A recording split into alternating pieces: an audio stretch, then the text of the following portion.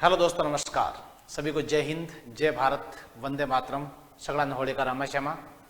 तो रंगोत्सव का जो पर्व है कि आपके लिए बहुत जिंदगी में अनेकों अनेकों खुशियां, अनेकों अनेकों रंग जो है आपके जीवन में जो है वो भर दे हुए और सिलेक्शन का जो रंग है वो अवश्य भरें, ऐसी कामना के साथ आज के सेशन को मैं जो है स्टार्ट कर रहा हूँ। हो जाओ सभी तैयार। देखें, एक बार सभी सेशन को लाइक और शेयर कर दीजिएगा। उसके बाद ये सेशन अपना स्टार्ट हो रहा है। तो कैसे हो आप सभी? उम्मीद करता हूँ आप लोग बिल्कुल स्वस्थ होंगे, मस्त होंगे, मजे में होंगे और बढ़िया तरीके से, लाजवाब तरीके से अपनी मेहनत को जो है आगे बढ़ा रहे होंगे। तो तैयार हो भाई सभी? हाँ, ठीक है। तो ध्यान रखें आप लोग, ये अपना मिशन बेलगांव जो फतेह करना है आपको इस बार दोस्तों, बेलगांव फतेह होना बहुत जरूरी हो गया है, ध्यान रखें आप लोग। हाँ, नौकरी मिल गई तो भैया मजा आ जाएगा, लहर बन जाएगी, ध्यान रखें।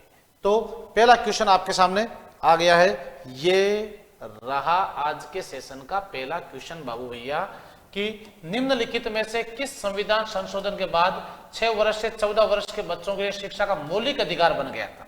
मौलिक अधिकार बन गया था 81वां संशोधन, 86वां, 84वां या 85वां संविधान संशोधन? तो आपका राइट आंसर सीधा मैं कई बार आपको बता चुका हूं कि 86वां संविधान संशोधन जो है, 86वां संशोधन जो है वो हुआ था अटल बिहारी वाजपेयी सरकार के समय 2002 ईस्वी के तहत, जिसके तहत 11वां मूल कर्तव्य बना था। ये पहले मूल कर्तव्य बना था और फिर मनमोहन सिंह जी की सब सरकार आई। सरदार मनमोहन सिंह जी का क्वेश्चन आ सकता है भाई, ध्यान रखना। मनमोहन सिंह जो भारत के प्रधानमंत्री बने 2004 से लेकर 14 तक। तो इस समय जो है 2009 ईस्वी में जो है right to education act pass किया गया था, जो लागू कब से हुआ था? 1 अप्रैल 2010 से। 1 अप्रैल 2010 ईस्वी से। और मनमोहन सिंह जी की सरकार के समय ही 2005 ईस्वी में आया था राइट टू इंफॉर्मेशन, सूचना का अधिकार अधिनियम, सूचना का अधिकार। ठीक है, तो यहां आपका राइट आंसर कौन सा हो जाएगा भाई? 86वां संविधान संशोधन 2002 जो अटल बिहारी वाजपेयी सरकार के समय हुआ था, इसके तहत जो है 6 से 14 वर्ष के बच्चों को अनिवार्य शिक्षा दिलाना माता पिता का मौलिक अधिकार हो गया कि इससे बच्चों को जो है आपके उद्योग धंधों पर लगाने के लिए माता पिता और वो उद्योग पर काम देने वाला दोनों मालिक, दोनों इसके लिए दोषी माने जाएंगे भाई, ध्यान रखो आप लोग। ठीक है, तो यहां आपका राइट आंसर क्या हो गया भाई? बी, 86वां संशोधन। अगला क्वेश्चन आपके सामने है, देखो। निम्नलिखित में से किस विकल्प में 82 डिग्री 30 मिनट पूर्व देशांतर रेखा पर स्थित भारतीय राज्यों का उत्तर से दक्षिण की ओर सही क्रम है भाई, ध्यान रखो आप लोग। यानी 82 डिग्री जो पूर्वी देशांतर रेखा, ये कौन सी है भाई? भारत की समय मानक रेखा है भाई। 82 डिग्री पूर्वी देशांतर, पूर्वी देशांतर रेखा जो है ये भारत की, ध्यान रखो आप लोग, समय मानक रेखा भाई। बताओ जल्दी से, विश्व की समय मानक रेखा कौन सी है? विश्व की समय मानक रेखा कौन सी है? इसमें देखो यूपी, एमपी, छत्तीसगढ़, ओडिशा और आंध्र प्रदेश। यूपी, एमपी, छत्तीसगढ़, ओडिशा और आंध्र प्रदेश, यानी डी आपका पहले तो करेक्ट आंसर हो जाएगा। 5 राज्यों से होकर गुजरती है ये। देखो जैसे ये है आपके पृथ्वी, इस पर ये 0 डिग्री अक्षांश रेखा है। ये कौन सी है? 0 डिग्री अक्षांश, जिसे अपन बोलते हैं भूमध्य रेखा। ये 23.5 डिग्री हो गई आपके कर्क रेखा और ये 23.5 डिग्री हो गई मकर रेखा। देखो पृथ्वी पर पूर्व से पश्चिम की ओर खींची गई काल्पनिक रेखाएं अक्षांश होती है और उत्तर से दक्षिण की ओर जो खींची गई काल्पनिक रेखाएं हैं वो होती है देशांतर भाई। अक्षांश रेखाएं समानांतर होती है, देशांतर रेखाएं समानांतर नहीं होती है। तो यहां आपको ध्यान रखना है, ये जो रेखा है देशांतर रेखा, इसे बोलते हैं अपन ग्रीनविच रेखा। ग्रीनविच रेखा जो विश्व की समय मानक रेखा है, इस रेखा से जो भारत का समय है, याद रखना है, ये जो रेखा है इस रेखा से भारत किस तरफ है? भारत है पृथ्वी पर उत्तर पूर्वी गोलार्ध में, यानी यहाँ पर कर्क रेखा भारत के मध्य से गुजर, भारत यहाँ पर है, तो भारत का समय, सूर्य हमेशा पूर्व में उदय होता है, तो पहले होगा, अर्थात भारत का समय विश्व की समय मानक रेखा से 5.5 घंटा आगे चलता है भाई। कितना भाई? एक देशांतर को पार करने में 4 मिनट का समय लगता है और 5.5 घंटा जो है आगे चलता है। ध्यान रखो आप लोग। तो यहां आपको ध्यान रखना है, एक प्रश्न देखो ये भी आता है कि कौन सा राज्य है जहां पर ये अपनी जो कर्क रेखा है और ये जो अपनी समय मानक रेखा आ रही है, ये दोनों कहां पर आपस में टकराएगी, किस राज्य में दोनों एक जगह पॉइंट बनता है, तब आपका उत्तर होता है छत्तीसगढ़ में। ध्यान रखो आप लोग, क्या उत्तर हो जाता है आपका? छत्तीसगढ़। यानी छत्तीसगढ़ के बीच से होकर गुजरती है इस तरह से। आगे बात समझ में? तो यहां आपको ध्यान रखना है भाई, ये अच्छा पॉइंट बनता है और ये आपका डी बिल्कुल करेक्ट आंसर हो गया है भाई। ध्यान रखो, कर्क रेखा भारत के 8 राज्यों से होकर गुजरती है, पता है ना आपको? कर्क रेखा जो है 23.5 डिग्री उत्तरी अक्षांश, ये 8 राज्यों से होकर गुजरती है और आपके समय मानक रेखा 5 राज्यों से होकर गुजरती है। 8 राज्य कौन कौन से है? मिजोरम, मैंने आपको बताया बेटा, मीरा गुम 6 पत्रिका में छापो।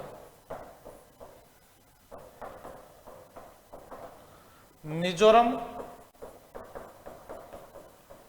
राजस्थान, गुजरात, मध्य प्रदेश, छत्तीसगढ़, पश्चिम बंगाल, त्रिपुरा और झारखंड, ये वो राज्य हैं जहां से कर्क रेखा होकर गुजरती है। अगला क्वेश्चन आ गया, मेगा शहर वे शहर है जिनकी जनसंख्या कितने से अधिक है? 5 मिलियन से, 15 मिलियन से, 10 मिलियन से, 20 मिलियन।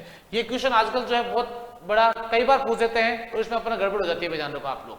ठीक है, तो आपको बताना है कि मेगा शहर जो है उसकी जनसंख्या कितने मिलियन तक होगी, कितने मिलियन से अधिक होने पर उसे मेगा शहर, इससे पहले ये मेगा शहर नहीं होता, छोटा शहर होता है। तो ध्यान रखो आप लोग, 10 मिलियन जनसंख्या लगभग भारत के लगभग शहरों की हो गई भैया। ठीक है, तो 10 मिलियन जो शहर है, जनसंख्या है, उसके बाद में जो है भारत के मेगा शहरों में जनगणना की बात करूंगा आपसे, तो भारत में पहली बार जनगणना 1872 ईस्वी में, प्राचीन काल की पहली जनगणना जो है वो हुई थी चंद्रगुप्त मौर्य के समय, और ये हुई थी लॉर्ड मेयो के काल में, और प्रथम बार विधिवत जनगणना 1881, मैंने आपको कई बार बता दिया है, लॉर्ड रिपन के काल में। भाई ध्यान रखो आप लोग, ठीक है ना? तो ये आपको ध्यान रखना है।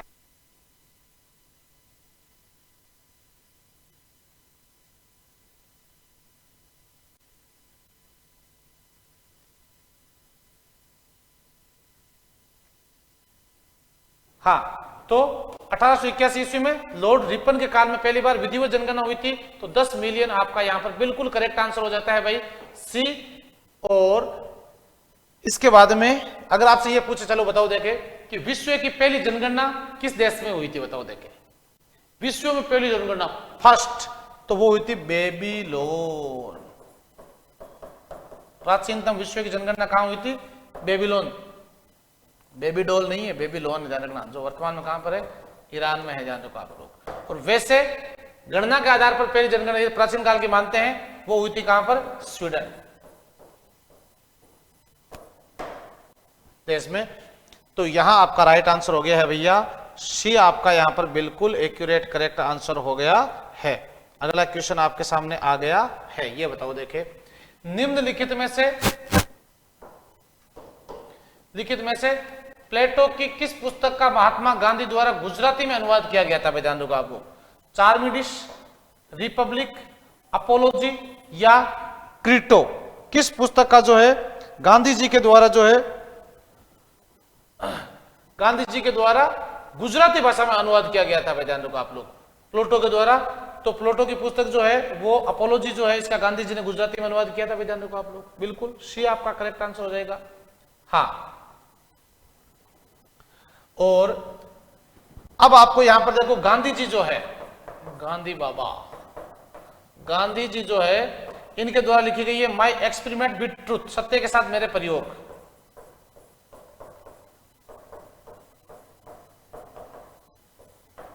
विद ट्रूथ, याद रखना, आपसे जो एग्जाम में पूछे, सबसे ज्यादा भाषा को लेकर पूछा गया, वो ये पूछा गया है कि बाबरनामा ग्रंथ किस भाषा में लिखा हुआ है? तो ये लिखा हुआ है तुर्की भाषा में भाई। ये सवाल कई बार आया हुआ है आपके एग्जाम में। और आपके अंतरराष्ट्रीय स्तर के जो प्रमुख कला आपके लेखों में पूछते हैं, एक तो हिटलर की माई कैप, मेरा संघर्ष, हिटलर, और एक दे पॉलिटिक्स, जीव विज्ञान के जनक जिसको कहते हैं अपन अरस्तु, सिकंदर के गुरु का नाम अरस्तु, और एक ध्यान रखो आप लोग द प्रिंस मैकियावेली।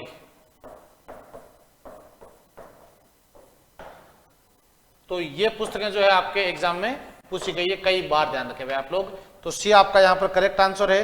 और सी आंसर के साथ साथ दोस्तों आपको यह भी ध्यान रखना है, होली है भाई, होली है, बुरा न मानो होली है। तो उसके साथ होली हंगामा ऑफर दोस्तों आपके लिए हंगामा करने के लिए बिल्कुल तैयार है। तो 9 तारीख से लेकर के 22 मार्च तक आपके लिए होली हंगामा ऑफर बहुत शानदार तरीके से उत्कर्ष डिफेंस के सभी ऑनलाइन कोर्सेज पर अप टू 90% तक का डिस्काउंट। साथ में दोस्तों अगर आपके पास पुराना कोर्स आपने पहले से खरीद रखा है तो 10% एक्स्ट्रा डिस्काउंट के लिए आप कूपन कोड होली यूज कीजिए। और इस बार आपको मिल रहा है दोस्तों अप टू 100% तक का कैशबैक। दोस्तों विलंब किस बात का, एयरफोर्स एक्स ग्रुप बैच जो है लाइव फ्रॉम जोधपुर क्लासरूम से, उसका प्राइस है दोस्तों मात्र और मात्र 2600 रुपए प्राइम, और स्टैंडर्ड कोर्स आपको मात्र 2100 रुपए में। एयरफोर्स वाई ग्रुप का दोस्तों प्राइम आपको 2400 रुपए में, स्टैंडर्ड कोर्स आपके लिए 1900 रुपए में। जल्द ही ये बैच आपके लिए खिदमत में हाजिर रहेंगे। तो 9 से 22 मार्च तक ही ये प्राइस आपको दोस्तों देखने को मिलेगा। और एयरफोर्स एक्स और वाई ग्रुप बैच जो है from Jodhpur classroom prime course आपके लिए मात्र 2900 रुपए और 2400 रुपए में स्टैंडर्ड कोर्स यानी कॉम्बो। और स्टैंडर्ड बैच इंडियन आर्मी मात्र आपको 1000 रुपए में मिल रहा है। आर्मी की भर्ती भी आपकी खिदमत में हाजिर है। तो दोस्तों एनडीए फाउंडेशन जो है वो आपको प्राइम कोर्स 4600 रुपए और स्टैंडर्ड कोर्स 4100 रुपए में फ्रॉम जोधपुर क्लासरूम से एनडीए फाउंडेशन। और एनडीए टारगेट बेस दोस्तों आपके लिए रहेगा ऑफर में 3600 रुपए प्राइम और 3100 रुपए में स्टैंडर्ड कोर्स आपको यहां पर मिल रहा है 9 से 22 मार्च तक। इंडियन आर्मी नर्सिंग असिस्टेंट योद्धा बैच और दोस्तों क्लर्क और टेक्नीशियन का बैच जो आपको मिल रहा है 2050 रुपए, 1550 रुपए और 2050 रुपए में आपको योद्धा बैच के साथ में जुड़ सकते हैं। साथ में ही दोस्तों टेस्ट सीरीज जो है उस पर भी अप टू 90% तक का डिस्काउंट और होली कूपन कोड के साथ में 10% एक्स्ट्रा डिस्काउंट जो पुराने पहले खरीद रखा है, और अप टू 100% तक का कैशबैक आपको यहाँ पर मिल रहा है। और अपने डिफेंस टेस्ट सीरीज जो है वो माल मिल रही है आपको मास्टर पास के साथ में मात्र 300 रुपए में, और 6 मंथ की वैलिडिटी और 400 रुपए में 12 मंथ की वैलिडिटी के साथ में। डिफेंस टेस्ट सीरीज जो है आपको 100 रुपए में एक्स ग्रुप के लिए और 100 रुपए में आपको वाई ग्रुप। अंतिम समय में परखने अपनी तैयारी को परखने का सबसे शानदार अवसर ये आपके लिए है। और डिफेंस टेस्ट सीरीज जो है आपको मात्र एक्स वाई कॉम्बो 100 रुपए में और एनडीए की मिल रही है आपको 200 रुपए में। और दोस्तों मैराथन क्लास का शेड्यूल भी हमारा बन चुका है। 17 तारीख की आपकी मैराथन जो क्लास होने वाली है वो रहेगी सबसे पहले, ध्यान रखें, विवेक सर की फिजिक्स की क्लास रहेगी सुबह 8 बजे। 18 तारीख को रविकांत सर की मैथ की क्लास रहेगी सुबह 8 बजे। 19 मार्च को विकास सर की इंग्लिश की सुबह 8 बजे। 20 तारीख को प्रिया मैम की रीजनिंग की सुबह 8 बजे।